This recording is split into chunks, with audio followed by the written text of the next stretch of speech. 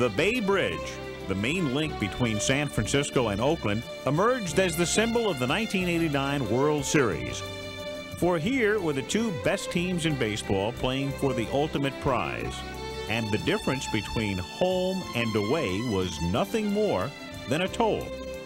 An unparalleled sense of pride swept the Bay Area as the World Series got underway. Newspapers were filled with accounts of goodwill by the fans and the charm of the cities. Regardless of the final outcome, it was clear that everyone was going to win. Then came the 15 seconds that sent both the symbol of the series and the pride it generated crashing down. 15 terrorizing seconds that transformed baseball players and fans into anxious husbands and wives, mothers and fathers. The fact that millions of viewers first got word of the earthquake while settling down to watch the third game of the World Series only amplified the awkward collision of baseball at its best and Mother Nature at her worst. In the days that followed, folks who had come together as baseball fans came together once again for a different cause. Heroes emerged. Compassion, generosity, and sacrifice replaced home runs and shutouts. In time, baseball resumed, in part as a salve to help heal the wounds. In retrospect, it is not the games that will be remembered, but the special place and time in which those games took place. The 1989 World Series, the Battle of the Bay. The Oakland A's repeated as division champions in 1989, but it wasn't easy, as the Bash Brothers of '88 looked more like a MASH unit in '89. Jose Canseco was one of several key performers on the shelf for much of the season, a scenario that forced Oakland manager Tony La Russa to manage under particularly tough circumstances. La Russa needed a solid season from his starting pitchers, and he got it from Dave Stewart, Storm Davis, Bob Welch, and the newly acquired Mike Moore. But it was a reacquisition that kept the A's going in the right direction, the June homecoming of Rickey Henderson. Henderson reached base in 80 of his 85 games with Oakland, and when the A's met Toronto in the League Championship Series, he aspired to even greater heights. Did he ever? With a League Championship Series record, 8 stolen bases in just 5 games, Rickey ruffled the Blue Jay pitchers to no end. He also hit 2 home runs in the series and scored or drove in 11 of the 26 total Oakland runs. Truly an MVP performance. But Jose also made a big impact. He hit a home run in Game 4 that did everything but clear customs. An upper deck blast that warbled the Blue Jays and surprised even Jose. And when the final bash had been recorded, the enterprising A's looked to Dennis Eckersley to seal it, and having weathered all the injuries, emerged once again as American League champions, intent now on claiming that which 1 year prior had so unexpectedly slipped away. The San Francisco Giants' road to the World Series was also a lesson in overcoming adversity, as manager Roger Craig played mix and match with a patchwork pitching staff and somehow made it work. The Giants featured 15 different starting pitchers. And although Dave Dravecky provided inspiration with his dramatic comeback from cancer, unfortunately he wasn't there for long. For a while, Kevin Mitchell carried the team single-handedly, finishing the season with a Major League high 47 home runs and 125 RBIs. Truly most valuable player-type numbers.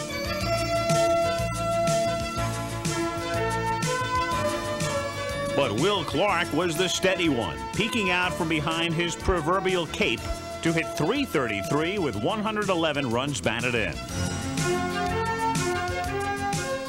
Clark felt especially at home in the League Championship Series against the Chicago Cubs, whose fans were pretty much surprised just to be there. 2 home runs by Clark in Game 1 alone, including a prodigious grand slam into the street, had the Giants fired up.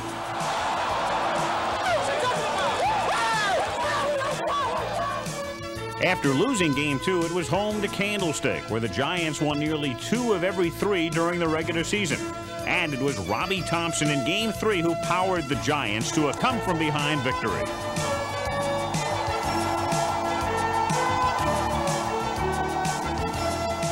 Next hero, Matt Williams, who also brought the Giants from behind in Game 4.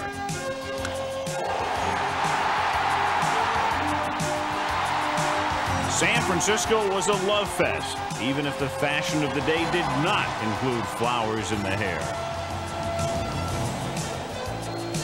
Don Zimmer's Cubs were in giant trouble, their backs against the wall. And when in the 8th inning of Game 5 with the score tied, Clark came up with the bases loaded, it was the perfect setting for this genuine superstar.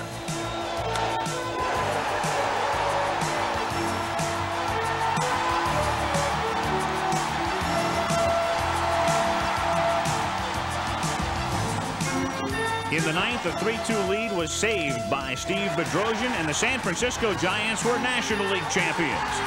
There was cause for celebration, but both the Giants and the A's knew the next one would be the sweetest one of all. The World Series began on the east side of San Francisco Bay, in Oakland, with no shortage of nicknames. Spade Bridge World Series, or should we call it the Bart World Series? BART is the Bay Area Rapid Transit System, the link between the two cities for those who choose not to use the Bay Bridge. And at every stop, fans from both cities expressed a tunnel vision view of their preferred baseball team. Giants. Oakland A's, Oakland A's. Go Giants. A's, Oakland A's. Hi, Mom. If nothing else, the series looked to set a record for mellowness. Giants in 5! A's in 4! A's in 4! Giants! Woo! He doesn't know what team he's rooting for.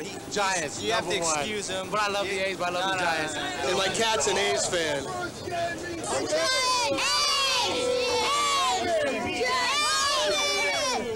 Giants, though. Cross-rooting was everywhere, with everyone, it seemed, destined to win. Bottom line is, I'm a Bay Area person. If the A's win, go A's.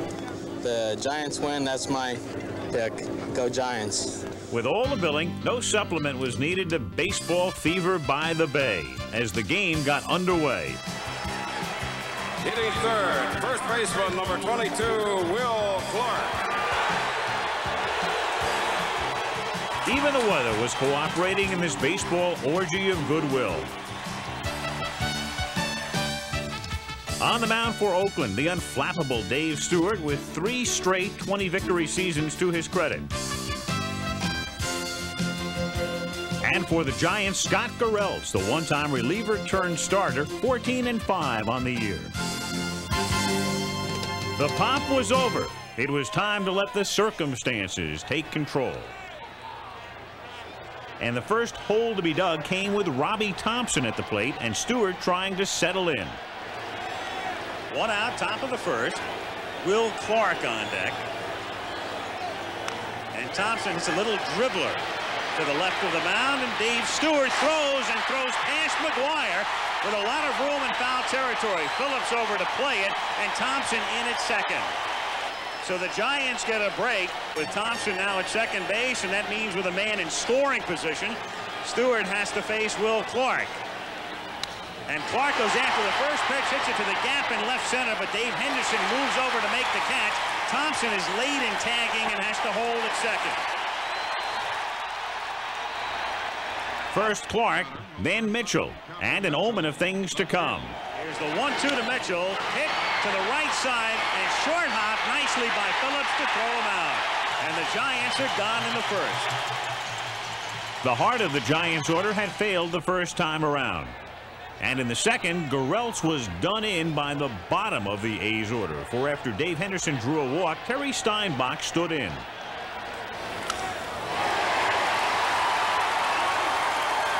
With runners then at first and second, the first run in the series was produced by hitter number 8. Now batting, number 2, Tony Phillips, second base. And he grounds it to the right side, and Clark was going back to first base. It goes through the hole for a base hit. Henderson scores 1-0.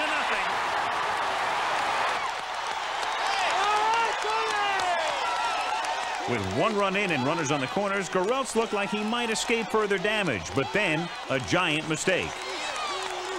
1-2 pitch is hit slowly toward Clark. He's going to come home with it, and Kennedy drops it.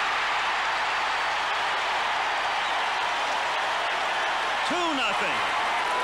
The one thing you do when you're receiving a ball from the right side of the infield, if you're a catcher, is keep your weight on your left foot. Kennedy, with the weight on his right foot, allows Steinbeck to knock the foot away from the plate, thereby knocking the ball out of the glove. It should be an error on Terry Kennedy. The trouble with letting the bottom of the order get on base is that the top of the order isn't far behind, and Ricky Henderson made the Giants pay. The pitch is hit into right field for a base hit. Phillips is being waved in. Here comes the throw from Maldonado. It's offline, 3-0. Rice to third.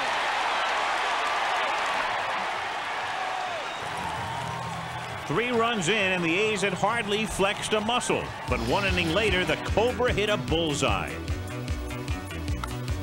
has a high drive to deep right field, and Dave Parker has hit his first World Series home run.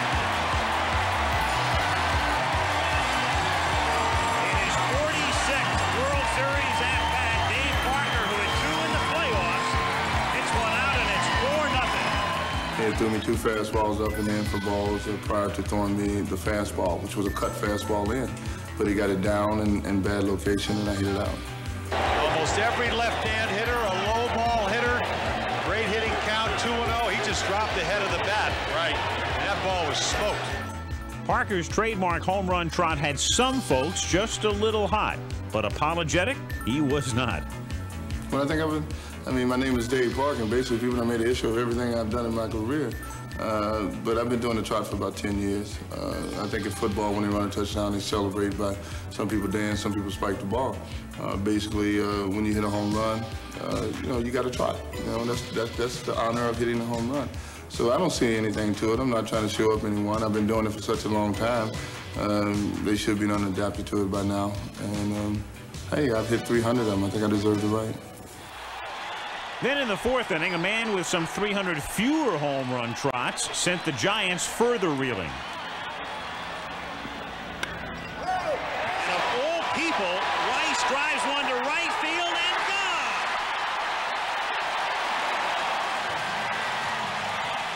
Trailing 5-0 to this band of merry bashers, things looked especially bleak for the Giants, with Stewart simply getting stronger as the night got longer.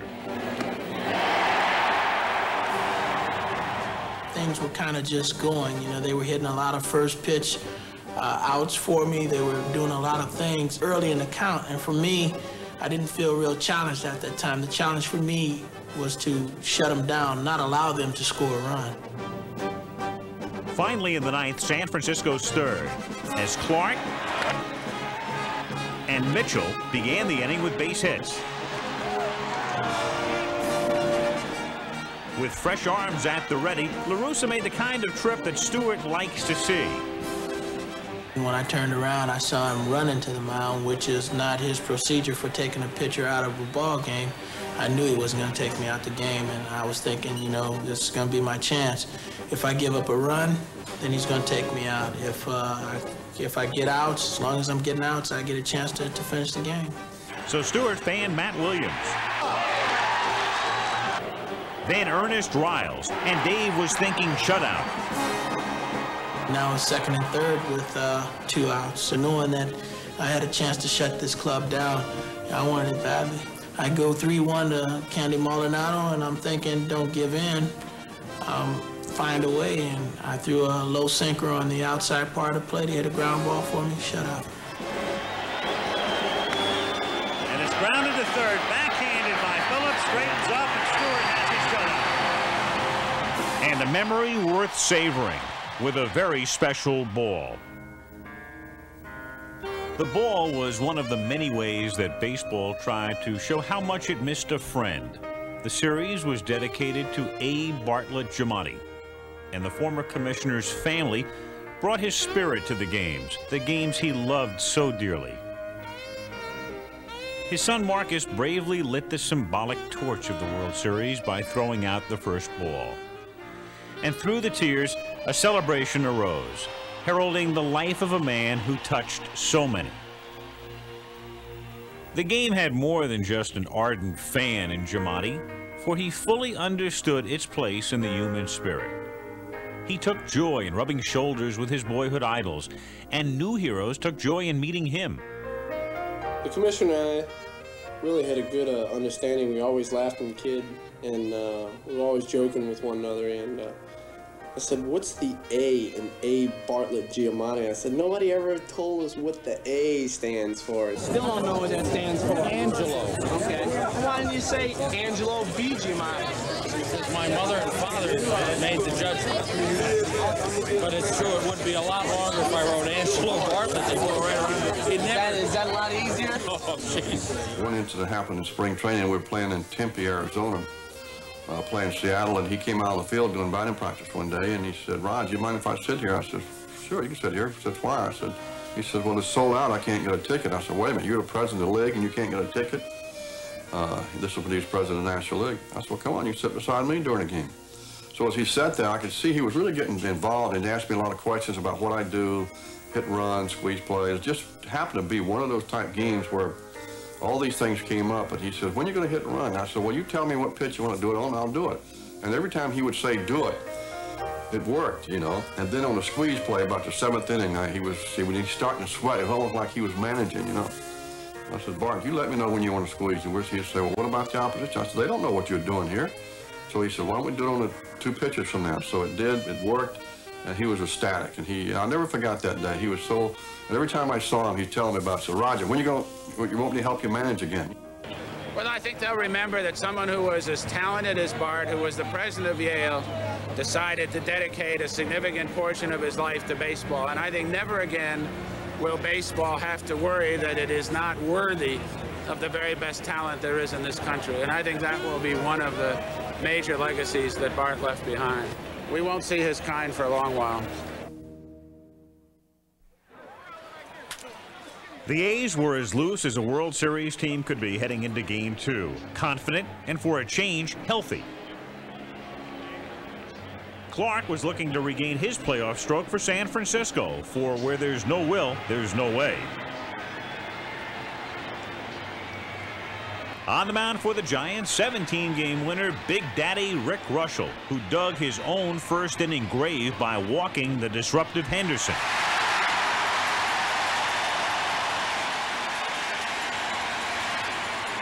With Ricky on first, everyone starts guessing, and often they guess wrong. If I were Ricky, I wouldn't run until Russell throws a strike. Conservative lead for Henderson, but he's going. There's a strike, and Kennedy drops the ball. So much for the unpredictability of Ricky Henderson. And there are few Oakland hitters more productive with runners on base than Carney Lansford. And now Lansford hits one down the line for a base hit and maybe more. Henderson comes in to score. Lansford with a double, 1-0 Oakland. So for the second straight game, the Giants trailed early.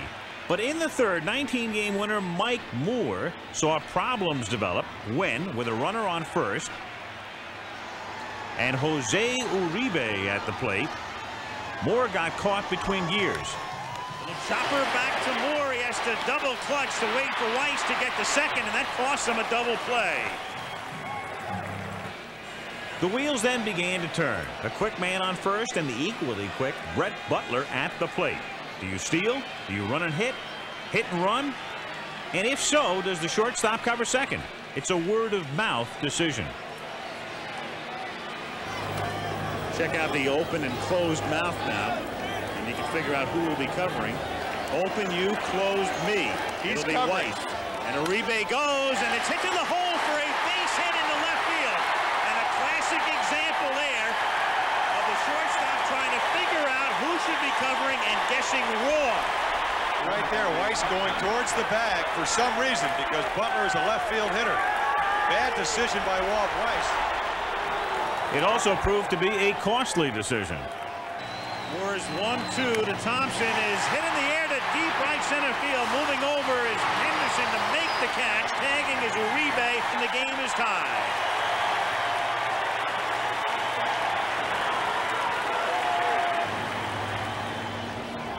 That brought Clark to the plate with the go-ahead run at second.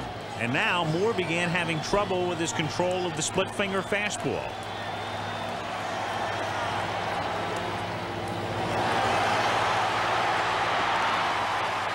You might say it was a novel situation for Steinbach as the wrath of the split finger became evident. 2 out, the 2-2 to Clark is swung on and missed, but it bounces away from Steinbach, who has to throw him out at first, and he does. The run, of course, did not count because the third out was recorded at first, and thanks to Steinbach, the game remained tied 1-1. Still tied in the fourth, Russell walked Canseco and set up one of those situations that takes on such significance under the microscope that is the World Series. And Roger realized a bad matchup here, a low ball pitcher to a low ball hitter.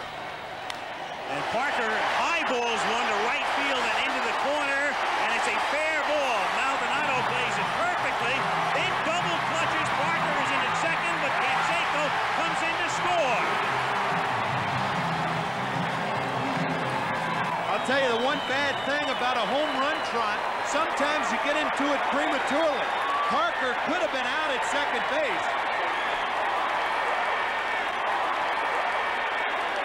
Ooh, look right at that. On the line. The yellow line, of course, means fair ball in play. There's the double clutch by Maldonado, and still a strong throw. And Uribe makes the tag, but Dutch Rennert says it's late. Very, very close.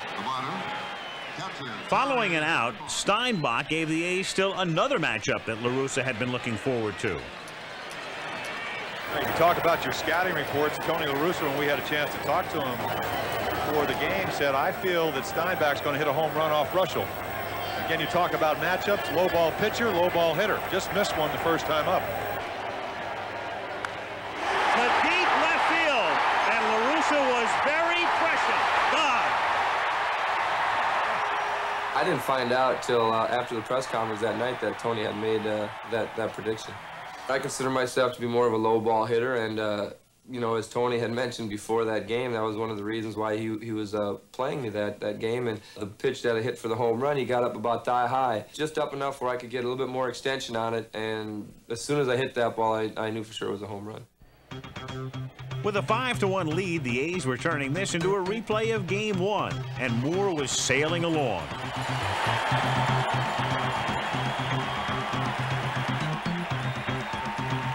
Having given up just 3 hits on the night, Moore bid the fans adieu at the end of the 7th inning. For when you've got a bullpen that's as sweet as Oakland's, you milk it for all you've got.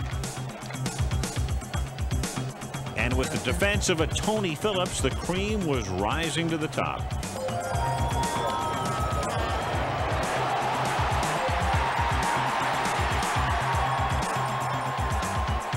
Phillips' heroics paved the way for one who's very accustomed to the role. And Eckersley in the 9th is something no opposing manager likes to see. The reasons as simple as 1, 2, 3.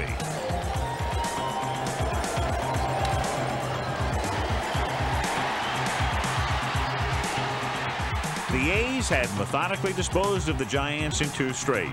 If they looked like Supermen coming into the series, they now look like they should be wearing capes. But the bottom line was simple, and a pitcher's manager understood. Well, they've had 2 great pitching performances against us. You know, Stewart pitched a great ball game, and I thought he had an excellent split finger go along with his 92-mile-an-hour fastball. And then Mike Moore comes along, and that day the second game he even had a better one than Stewart. So we're back home now. We played well here. We've had the best record in the National League at home. Our fans are very loud, boisterous. When we're introduced, it can be so loud, it can be unreal. Yes, a flame still burned at Candlestick. This is what it's all about at Candlestick. Right here, buddy! Giants! Giants! Press the ball.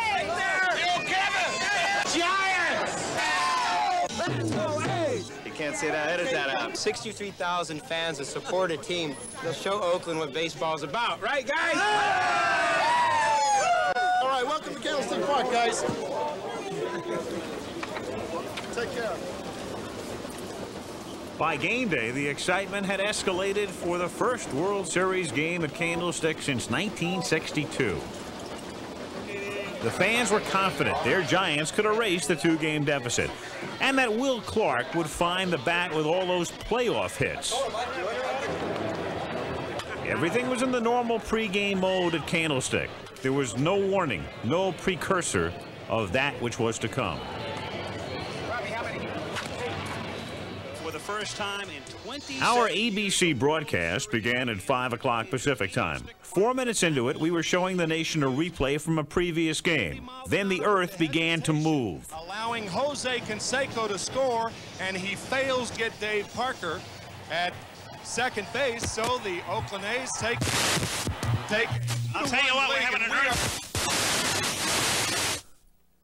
Quake was the word that never made it on the air. We're down. Down. Everything's down. Relax. We're down. I can't believe that. We're knocked off the air. We're out. There's no lights in the. Everything's out. Unbelievable. I can't believe that. Just can't believe it. He was about to blame me. I feel a lot better about it. He was just about to start screaming at me. That's what you call an opening.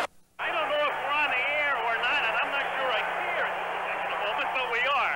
Well, folks, that's the greatest open in the history of television, bar none. We are still, as we can tell, on the air, and I guess you are hearing us, even though we have no picture and no return audio, and we will be back, we hope, from San Francisco in just a moment. Obviously, we were shaken by the turn of events, but a moment later, a festive air seemed to permeate the crowd, as if to say, look at us, we made it.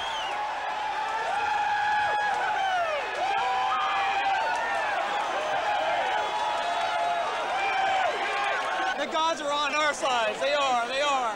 I believe it. We're going to win now. Can't go wrong with an earthquake in San Francisco. Hey, somebody's trying to shake us up.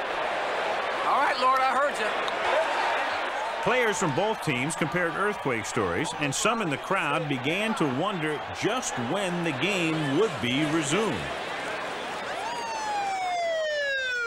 Your attention, please. Power has been interrupted temporarily in the park. We're working at trying to restore it now. We ask your cooperation by remaining in your seats. First time I ever got scared in Candlestick. I got knocked down a lot, but this is the first time I ever got scared. And the ground was shaking, man. Then we saw the pipes inside here shut. Then the lights and TV went off. We knew something was wrong. After all, we're in California, and the famous one of all time was here in 1906, so we know what's happening. But then reports began to trickle in, and a subtle transformation took place. 6.9. 6.9. That's the major. Bay Bridge collapsed. When 20 feet of the bridge went in the water. The Bay Bridge, the very symbol of this series. Not in the water, thank heavens, but bad enough. Fans soon learned of a major fire in the Marina District. And then, the horribly tragic collapse of the 880 freeway. Images seen, ironically, from the very blimp that minutes prior was intent on capturing the beauty by the bay. What generally happens is when there's one earthquake, there's a possibility of an aftershock. It can be smaller, it can be larger. That happens, anywhere within 24 hours. Ladies and gentlemen, we are postponing the game because there is no power in the stadium. We would like you to leave in an orderly way. I don't believe there's any great danger, but we have no idea when the power is going to be on, and we have to get people out of here before it gets dark. We're back here in the production truck, and it's funny. I think everybody at first oohed and awed and didn't quite know what had happened. You get the sense that people are almost more nervous now as the reality of what has taken place begins to sink in. At first, you knew you were a part of something historic, sitting through an earthquake in a ballpark preparatory to a World Series game, and now, of course, just in walking out in the last few minutes, everybody is exhaling. Oh, that was about about the big shake. The cement floor about the went big up shake and and down. the quake. Yeah, the cement floor went, the lights went. Lights swayed. Woo! And I thought it was party time. We thought it was all over. But no one at Candlestick was more frightened than Benjamin Young, the worker who found himself high atop the light stanchion when the pole began to sway. What did that feel like down here? God, that whole thing was going like this. I fell down to my knees like I'm holding on. Oh, man. No one was injured at Candlestick, and fans filed out in a peaceful fashion, thinking now about what might have been. I just think it's really ironic that this is the Bay Bridge series. The Bay Bridge did collapse. I just think it's kind of interesting how the whole thing worked out.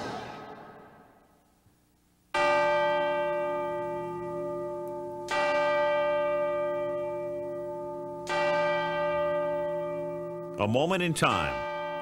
On the day the Earth did not stand still, it took just 15 seconds to change so very many lives.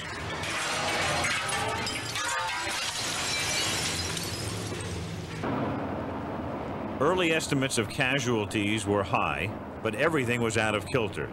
Baseball recognized the problem and responded accordingly.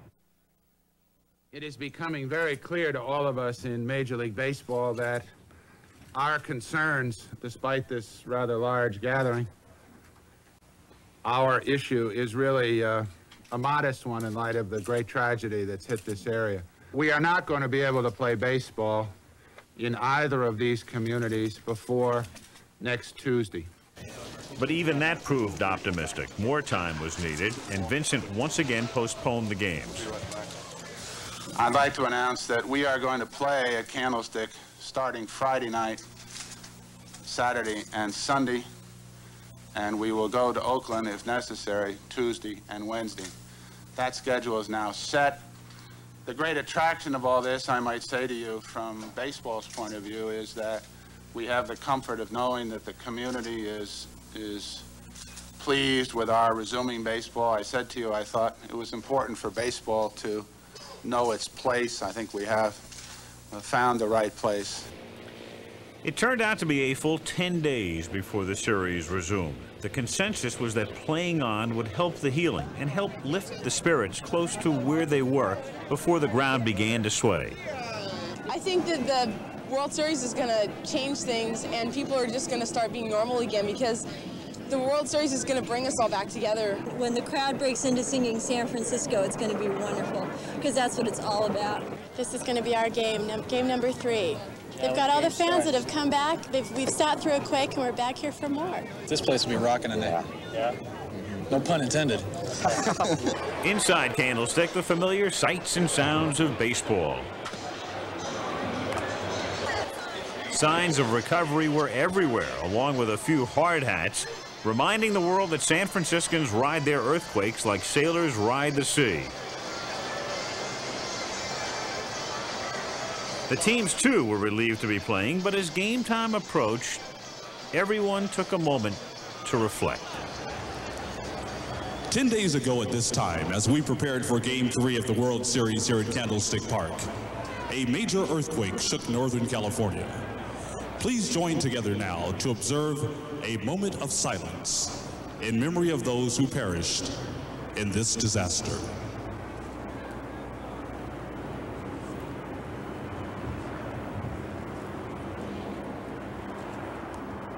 Thank you. Friends, neighbors, and strangers joined hands as one, first alone, then together, a display of goodwill through action and song.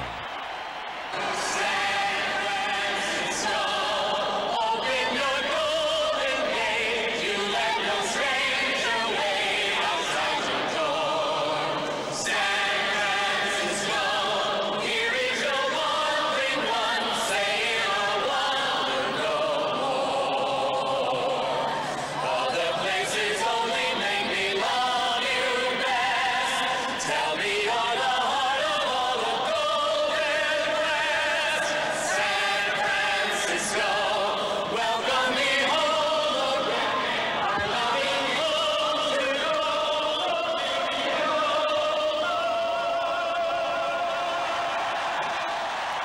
After 10 days, the fans got to see their pennant raised and cheer the team they love. And now for the National League champion San Francisco Giants. It almost seemed like therapy, a catharsis of sorts. Fans wildly cheering their Giants and taking what amounted to a 3-hour rest from the images of the past 10 days. But knowing now how the earth could move, new ground rules were in order. We get a situation where we have a tremor. Whatever happens, happens. Everything's in play. The ball's not dead when the tremor occurs. Right. In other words, it keeps on going until the play is over. It's just like a bad hop. It's like a ground ball bad hop. That's, the lights go out. It's the book. The lights go out. We got that covered by the book. Okay, we're finally going to do it. We waited long enough, haven't we? Good luck, guys. And before the first real pitch to bring back October's heroes, the real-life heroes of the earthquake were called on to symbolize the spirit and compassion of these people by the bay.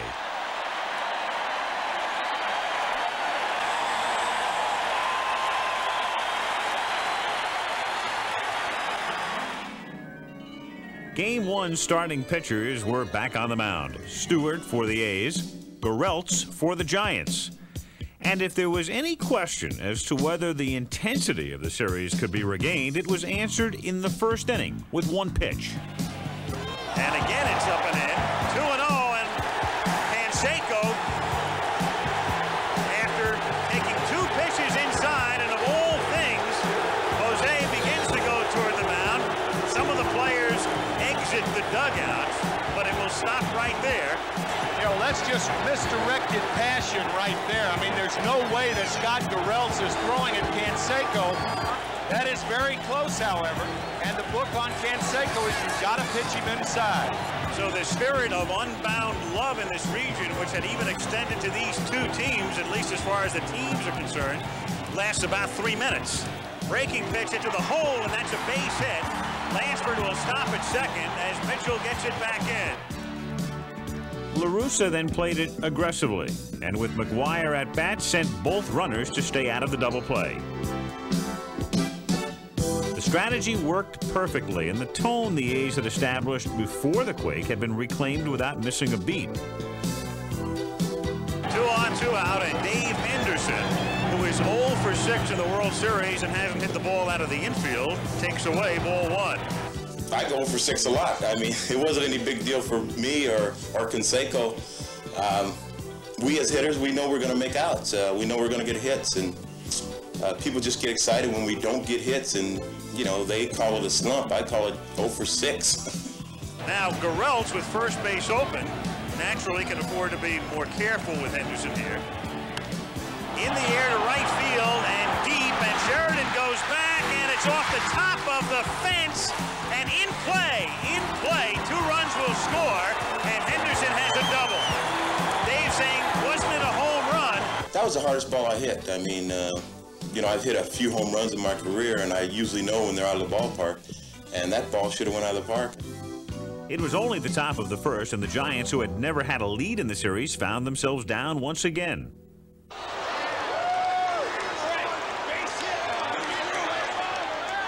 Trailing 2-0 and with Stewart on the mound, things did not look good for the Giants until the third, when Stewart faced the youngest player in the series, 23-year-old Matt Williams. That's driven to deep left field, and Matt Williams has hit it out. So the Giants pick up their second run of the World Series, their first home run. And the score is 2-1. And just their second run in more than 20 innings was cause for Giant fans to celebrate.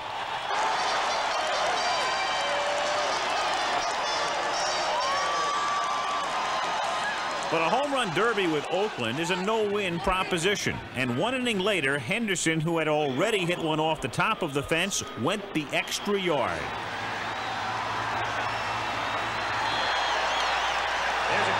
Deep right center field, and that one is gone. Dave Henderson this time hits it over. Henderson had given Oakland a 3-1 lead, and before he had even received his share of bashes in the dugout, an encore by the A's Mr. Versatility, Tony Phillips.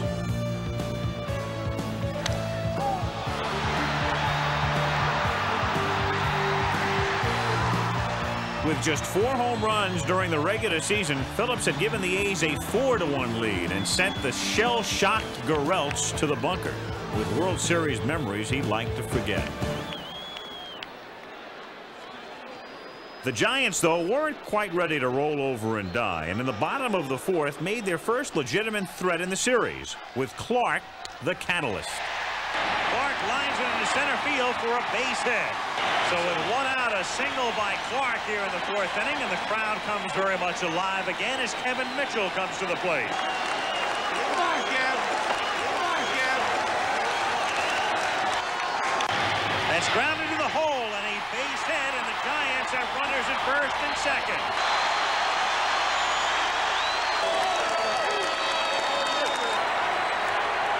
And when Stewart walked Ken Oberkfell to load the bases with 1 out, Candlestick had grand visions of a slam. And Matt Williams entered the picture as just the man to do it.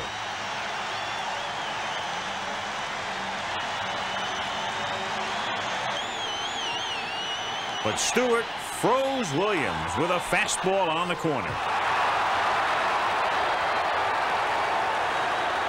And Matt left it up to an ice-cold Terry Kennedy, and the fans were now ready to settle for any old base hit. And it's lined into center field for a base hit. Clark comes in to score. Here comes Mitchell. The throw is cut off. It's 4-3.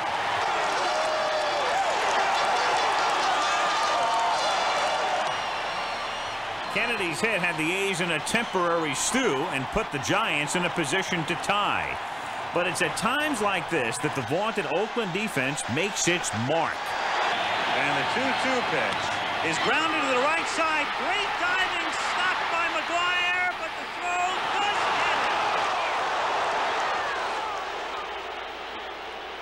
get it. McGuire making that defensive play, which was a very tough one against a good runner, Sheridan, and Stewart getting over to cover was, I mean, that's classic defensive baseball.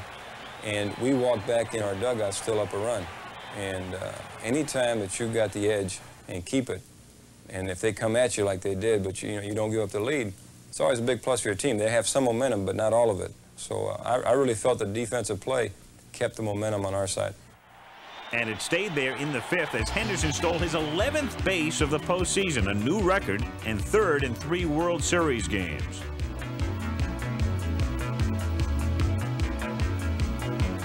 And after Kelly Downs walked Lansford, Jose Canseco brought the resurrected Giants back to earth. Drops down, and it's drilled to deep left center field, and Jose Canseco on a 2-2 pitch has hit it out. And it's 7-3 Oakland.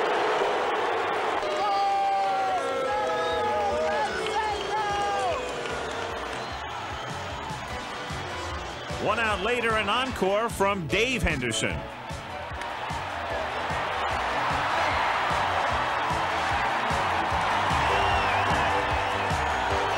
And in the 6th, it was Lansford with the 5th home run of the game for the A's, tying the record set by the 1928 Yankees. More importantly for Oakland, it meant a 9-3 lead over the downcast Giants after 6 innings. Stewart headed for the clubhouse with MVP credentials trailing in his wake. The A's, meanwhile, kept on rolling, forging a 10-run lead. And the Giants were down to their last gasp in the 9th. Let's go, Giants! Come on, Giants. Despair turned to a glimmer of hope when pinch hitter Bill Baith came up with 2 men on. There's a high drive to deep left field. Tony Phillips goes all the way back, and that one is gone. Get out of town! It ain't over! Yeah! And if you have stayed with us, you have just watched a little bit of World Series history. 7 home runs in a game. First World Series at bat for Bill Bates. A 3-run homer. With one swing, Bates became the Giants series RBI leader. But then, perhaps symbolically, a bank of lights went out at Candlestick, and fans, prepared for anything these days, lit their home-brought flashlights in a gesture of faith. Looks like the backdrop for Twinkle, Twinkle, Little Star here. What Roger's looking for, though, right now is the light at the end of this tunnel. Instead, all he saw was Todd Burns, who, after giving up another run, faced a showdown with Mitchell. 1-2 on Mitchell. Breaking pitch, lifted to left field, but right toward Phillips, who has to back up, and that's it. So the Giants in the ninth send 9 to the plate, get 4, but come up well short, and the A's are 1 victory away from their first World Championship in 15 years. 3 for the money, 1 more for the show. Up to now, the numbers simply hadn't added up for the Giants. And to come back from a 3-0 World Series deficit, well, let's say they had more of a fighting chance to keep history intact. Giants will not go down in 4. The Giants will be back. 3-0 behind, well, never been done before in history, but I think today's the day. I really feel a turnaround coming on. Willie Mays stood tall in throwing out the first ball for Game 4, which he promptly gave to the fans. But Willie's presence did inspire some to say, hey, we've still got a shot at this. That's it. Willie, that's what we needed. Willie, we're bringing Willie back. Official lineup change. The official lineup change had Don Robinson, with less than 2 innings pitched in postseason play, on the mound for the Giants in this most crucial game. His first mission, as is the case when you face Oakland, would be to take the voodoo out of Rickey Henderson's bat. But that was one ritual Giant pitchers hadn't mastered, and their fans were all but resigned to the inevitable. Tonight, Ricky! Sit down! Well, Robinson did keep Rickey off the base paths, but not in the way he had planned.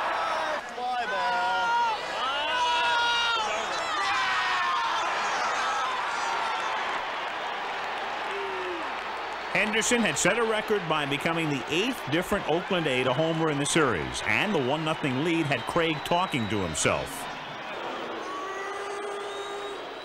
With Dave Henderson on third, the Giants intentionally walked light-hitting Walt Weiss, simply because there was no way the next hitter could hurt them. Pitcher Mike Moore with 1 lifetime at-bat.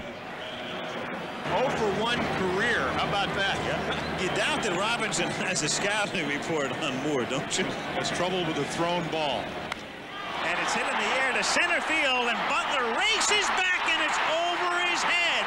Henderson comes in to score. Weiss is being waved in. He scores on the first hit by an American League pitcher since 1979 in a World Series game. When something happens once in a decade, you should always take the ball out of play. But Moore had little time to savor his double because it was time to think about base running. And that's grounded to the hole for a base hit. Moore is being waved in by Laxman. Here comes Kevin Mitchell's throw to Kennedy. Not in time. Down to second goes Henderson, and it's 4-0. And Roger Craig has to go to the mound in the 2nd inning. Everything was going perfectly for Mike Moore offensively. And defensively, things were going every bit as well. And when it was needed, the more or less unsung hero of the series, the Oakland defense, rose to the occasion. I would hope that the story of the Oakland A's defense in the 1989 World Series gets all the attention it should, because that's a remarkable defensive performance when you look at the plays that were made, and especially you talk about the inactivity that was forced upon them. For Stu to throw that first ball away and there not be another error, I think it's got to be one of the greatest defensive performances in World Series history. Now, I may exaggerate a little bit, but I think so. There's no better combination than that sort of defense and a potent offense. And leading by 4, the A's began to pull away.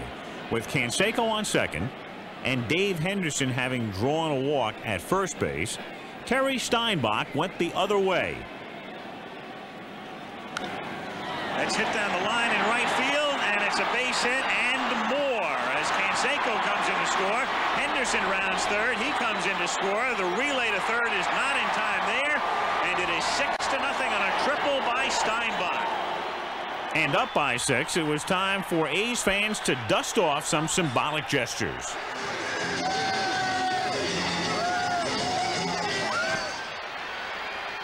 The A's had increased their lead to 8-0 in the 6th when Will Clark responded with a 2-out single in the bottom of the 6th. And Giant fans pinned their plaintive comeback hopes on the long ball capability of Kevin Mitchell. Mitchell cranks one to deep left field, and finally they have something to cheer about in Candlestick. There was still a long, long way to go, but it appeared at least as if the Giants had succeeded in knocking Moore out of the game. The truth was, more or less, a cramp in style. The reason was that he had started to get some back spasms that he started feeling in the 5th inning. And only after a lot of checking with Barry Weinberg did he go out there for the 6th. And if you remember the 6th, he got the first 2 hitters out. The guy got on base, and he got a ball up to Mitchell. It's a 2-run homer. So in looking at his discomfort in his back and the possibility that he might blow out and hurt himself and also may not be as effective, the reason he was removed is, the problems with his back, and it wasn't because I necessarily thought that he'd had enough and wanted to go to my bullpen. But the Giants had a foothold, and after Kennedy walked to lead off the 7th against reliever Gene Nelson, rookie Greg Litton came up and displayed a veteran stroke. That's hit to deep left field, and the Giants are trying to climb back into it. 8-4.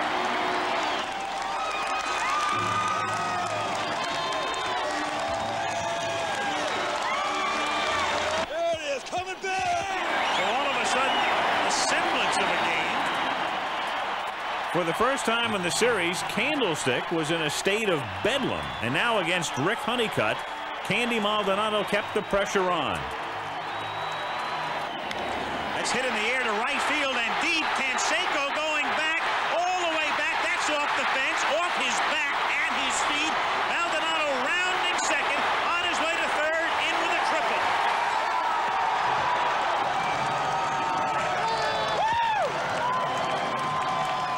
Brett Butler liked the sounds he was hearing and sought to keep the fans going.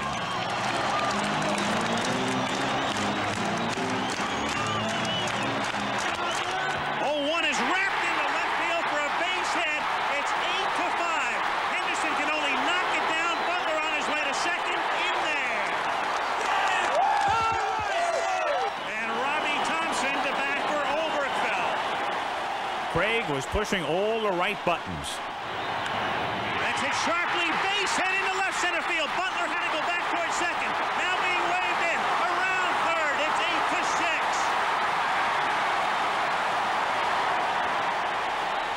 8-6, and the redoubtable Will Clark was at the plate. The stage was set for a miraculous comeback.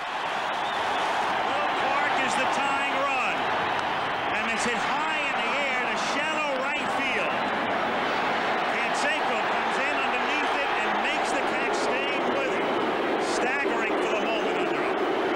Clark just getting under it. 2 down, and Kevin Mitchell is the batter.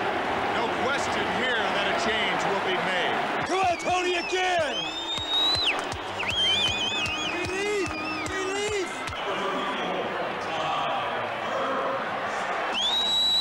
Come on, bitch!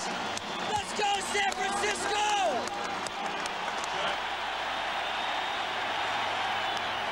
In the air to deep left field. Henderson going back, but has a play on the track. And the Giants come that close to tying it. But every Giants rally had an Oakland answer, and even though the A's scored 1 off Steve Bedrosian in the 8th, neither the fans nor the Giants were about to give in. Bases loaded, 2 down, 8th inning, 9-6 A's. And that's popped up in foul territory, And it might be playable. Going to be real close for Clark, and he makes the catch. I believe he does. Clark's going to come over to make sure. Yes! That's all you'll ever need to know about Will Clark. Ever. Folks, I don't know what to tell you to look at first. Here's a fabulous catch, and you talk about the high rent district. Look at the company Clark is going to keep here. He winds up nearly in the lap of the commissioner, Fay Vincent, right there. Mr. Commissioner, what do you think? Is it a catch or no catch?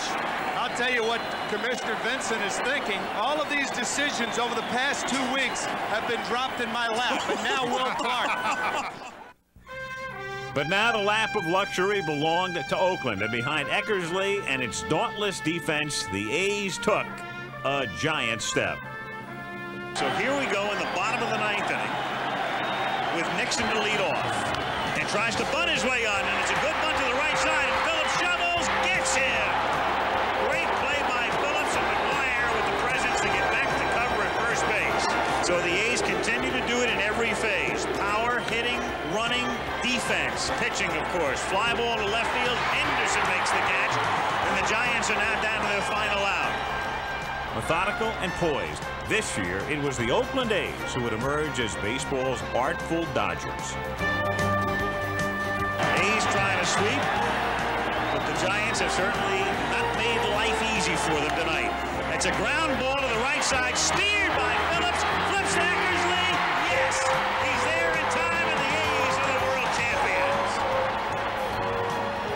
With their 4-game sweep and their unwavering focus through the turmoil, the A's inspired comparison to baseball's greatest teams. I think we probably won the most historic World Series of all time, and I think our players probably deserve more credit, and so do the Giants for going through this. You know, they have to deal with the delay and the emotional tugs and still come out and play competitive baseball. I don't know anybody that's had to do more than that as a baseball team to win a world championship or compete for the world championship like the Giants did, so I feel great about it. But in this most cherished of baseball's moments, the celebration was muted. Bittersweet reflection filled the locker room. For this was a series when baseball and real life were intrinsically entwined as never before. And long after it was over, the echoes of the earthquake lingered on. You look at the whole thing, and when you talk about the '89 World Series, it's not going to be who was MVP or even who won the World Series, but the heroes that were involved in the Buck Helms who survived, the volunteers that were so gracious in helping out through the tragedies that have happened, the collapse of 880 in the Bay Bridge itself, and that's where the focus is going to be. Baseball will be secondary, exactly where it should be. I think the city, you know, during the period of time that I was visiting the Cypress site and going around and talking to people within the city, everybody felt pretty much the same sentiment, and that was when the series does resume, we want you guys to win it, and that's what we're here for.